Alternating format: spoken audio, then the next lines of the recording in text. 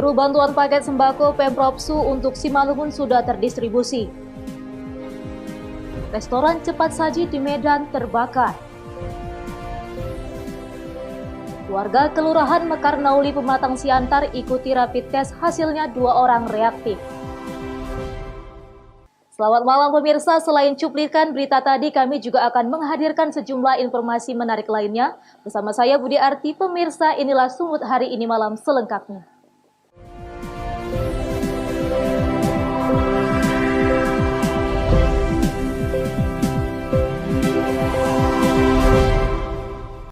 Pemirsa, paket bantuan sembako jaring pengaman sosial dari Pemprov Sumut untuk Kabupaten Simalungun sudah tuntas dilaksanakan. Total sebanyak 78.659 paket sudah terdistribusi ke masyarakat melalui gugus tugas percepatan penanganan COVID-19 Simalungun.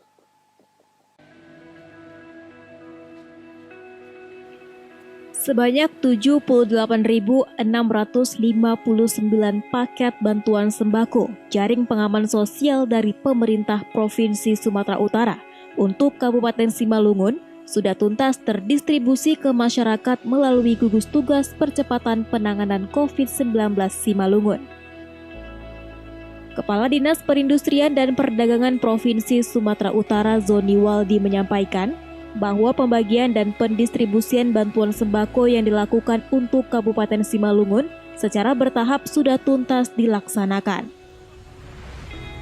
Pendistribusian disaksikan oleh Dewan Perwakilan Rakyat dengan dilakukan uji petik untuk memastikan bantuan paket sembako sesuai takaran yang sudah ditentukan.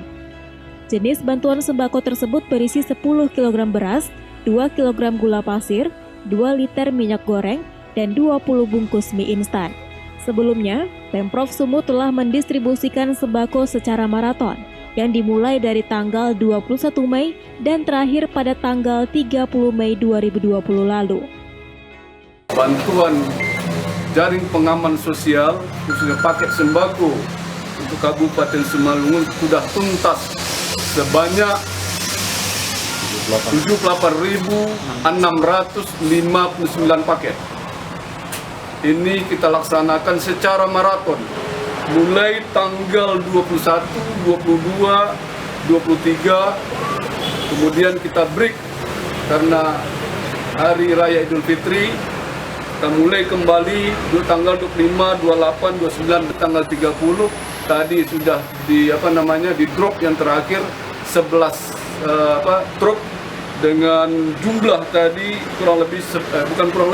sebanyak 11.364 paket.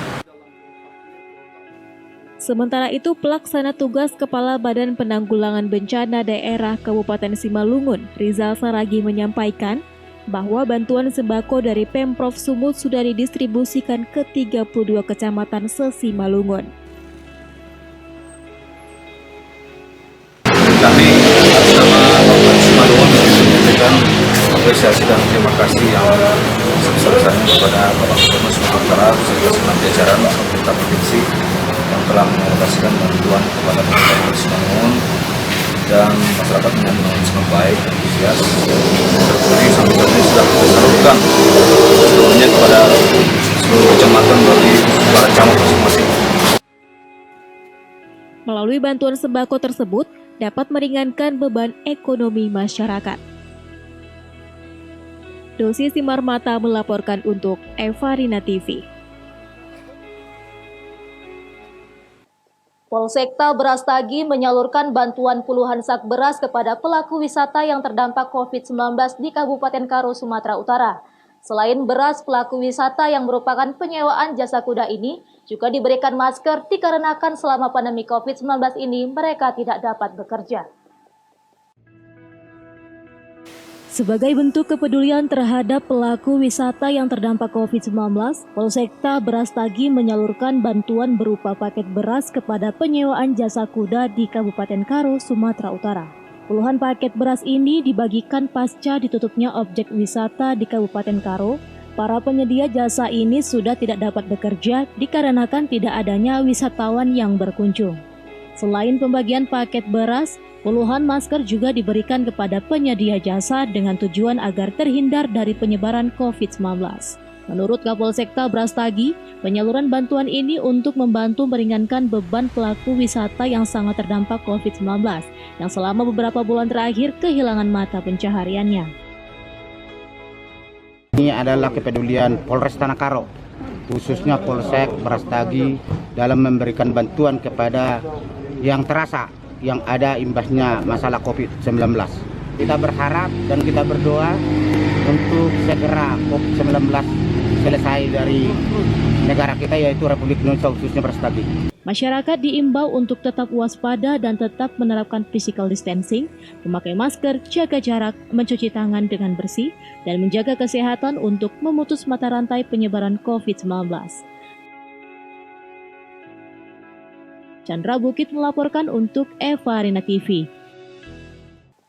Seorang nenek janda berusia 70 tahun warga Kelurahan Patani 3, Kecamatan Porsea, Kabupaten Toba, Sumatera Utara, hingga kini belum pernah menerima bantuan selama pandemi. Padahal nenek tersebut harus membiayai 2 cucunya yang sudah yatim piatu.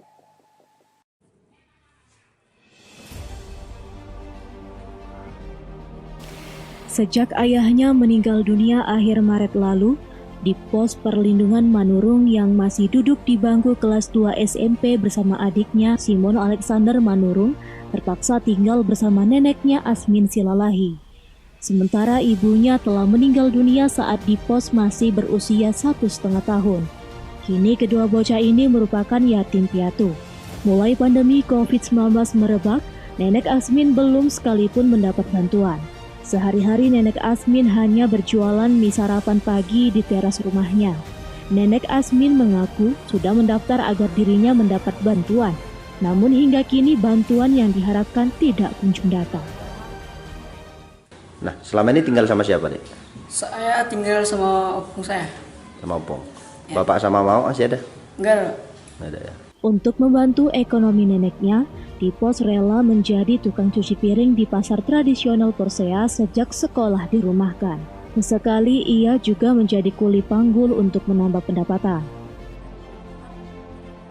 Selama pandemi COVID-19, Ibu pernah dapat bantuan nggak? Enggak.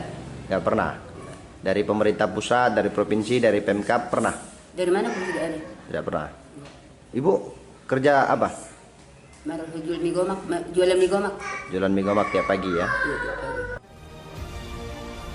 Nenek Asmin berharap dirinya bisa mendapat bantuan untuk meringankan beban ekonominya di masa pandemi COVID-19. Alex Jetro melaporkan untuk Eva Rina TV. Sumut hari ini masih akan kembali sesaat lagi. Tetaplah bersama kami.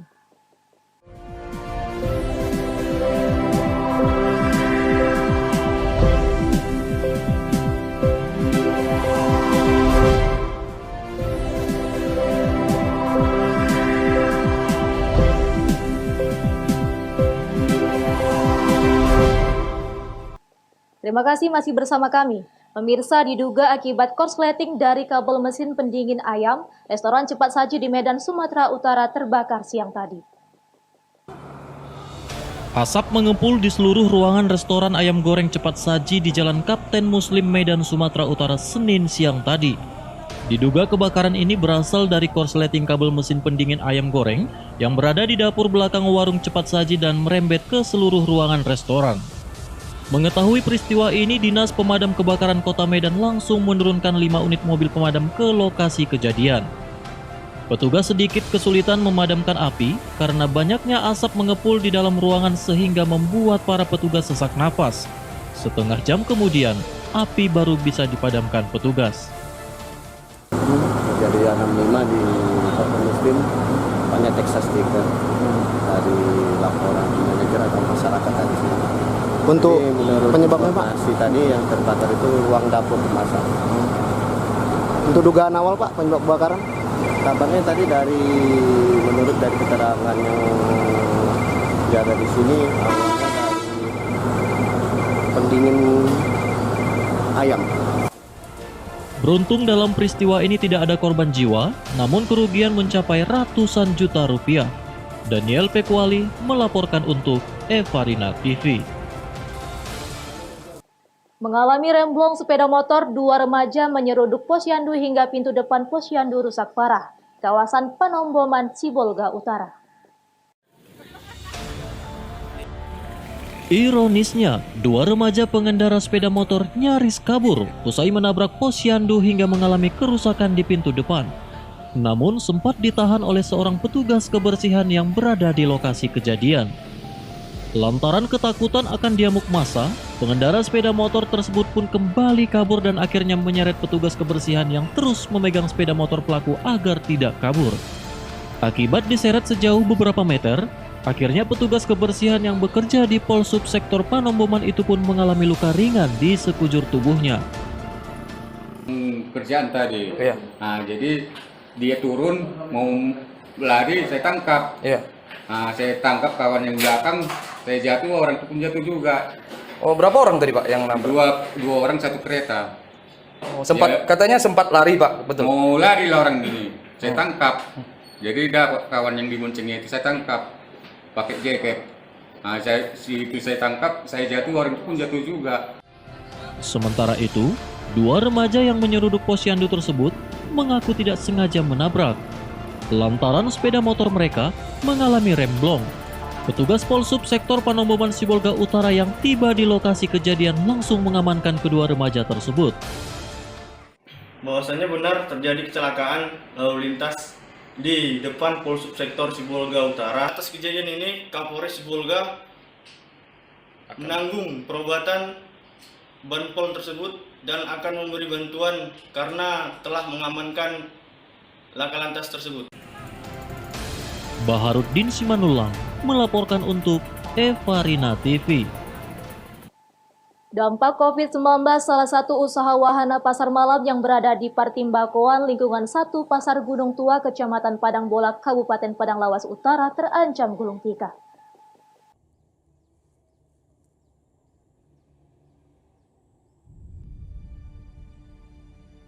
Pandemi corona yang terjadi selama beberapa bulan ini membuat sejumlah usaha tempat hiburan rakyat terancam gulung tikar. Salah satunya usaha hiburan pasar malam yang berada di Partimbakoan lingkungan 1, Kecamatan Padang Bolak, Kabupaten Padang Lawas Utara.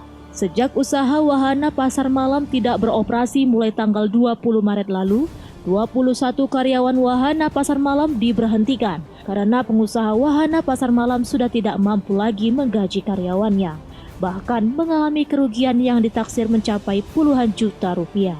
Salah seorang pengusaha wahana pasar malam mengungkapkan, mereka sampai saat ini belum ada menerima bantuan apapun dari pemerintah, dan untuk mencukupi biaya kehidupan sehari-harinya, mereka menjual satu persatu barang bekas yang layak dijual.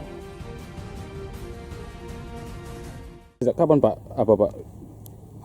usaha pasar malam ini nggak buka Pak? Sejak bulan 4. Bulan apa ya Pak? Sampai sekarang ya Pak? Sampai sekarang. Jadi Pak, untuk pendapatan Pak, gimana Pak? Ya masa pendapatan selama tutup ini apalah Pak dibikin. Kami sini baru buka selama pindah kemari 3 hari udah itu tutup. Udah modal udah tertanam habis. Nah, dengan penghasilan uang belum ada uang masuk. Paksalah barang-barang dijual dan berapa untuk memulangkan anggota semua.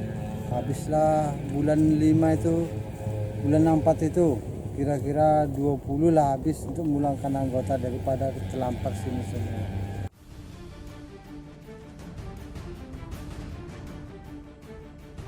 Dalam situasi ini, pihak pengusaha wahana pasar malam berharap ada bantuan dari pemerintah untuk memenuhi kebutuhan sehari-hari selama pandemi. Arif Siregar melaporkan untuk Sumut hari ini masih akan kembali sesaat lagi. Tetaplah bersama kami.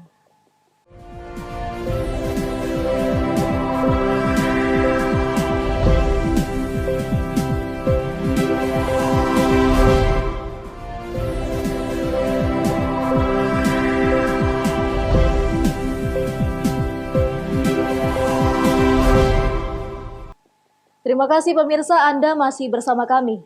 Pasca adanya salah seorang warga Kelurahan Mekarnauli, Kecamatan Siantar, Marihat, Kota Pematang Siantar dinyatakan positif COVID-19, Pemko Pematang Siantar melalui Dinas Kesehatan lakukan rapid test terhadap 45 warga. Hasilnya ditemukan 2 warga reaktif.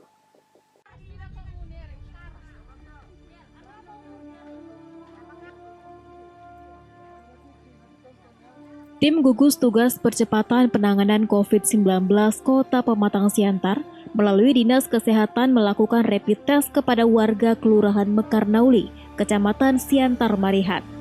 Ada 45 warga yang dilakukan pemeriksaan pasca salah seorang dari warga Kelurahan Mekarnauli dinyatakan positif COVID-19 berdasarkan hasil swab test. Dengan menerapkan social distancing dan memakai masker, para warga di lokasi satu persatu ikuti pemeriksaan. Terlihat petugas medis dari Dinas Kesehatan, Puskesmas BP Nauli, dibantu pihak Kelurahan Mekarnauli melakukan pemeriksaan terhadap warga.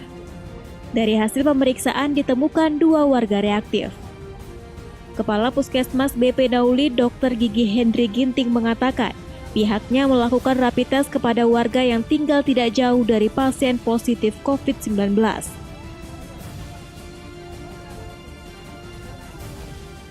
Ya, jadi kegiatan kita hari ini melakukan rapid test di wilayah kerja Puskesmas BP Nauli. Berhubung karena ada 1 warga yang sudah positif di swab dan hasilnya semalam sudah keluar. Jadi ketika semalam dilakukan tracing, ada lebih kurang 40 ke 45 orang yang dilakukan rapid hari ini. Jadi kita tadi sudah lakukan rapid, ya kita tunggu hasilnya bagaimana. Ya harapan kami semoga masyarakat apapun hasilnya tetap saling mendukung dan jangan dijadikan sebagai aib apapun itu hasilnya.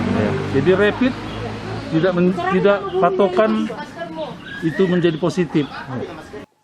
Kita beralih ke informasi lainnya. Pemirsa, Kapolda Sumatera Utara Irjen Pol Martuani Sormin memerintahkan seluruh Polres dan Polsek untuk menyesuaikan layanan kepolisian dengan protokol kesehatan. Langkah tersebut ditempuh sebagai persiapan menjalankan new normal yang akan diberlakukan pemerintah. Seluruh Polres dan Polsek di wilayah hukum Polda Sumatera Utara diperintahkan untuk memperketat penerapan protokol kesehatan.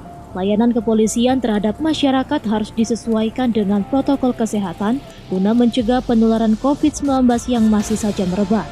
Pemeriksaan suhu tubuh, mencuci tangan, dan wajib mengenakan masker perlu diterapkan secara ketat.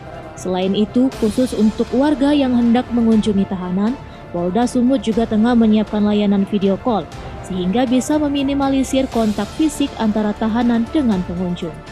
Kapolda Sumatera Utara Irjen Pol Martuani Sormin mengatakan, langkah tersebut sebagai persiapan menjalankan new normal sekaligus membantu menekan angka penyebaran COVID-19 di Sumatera Utara.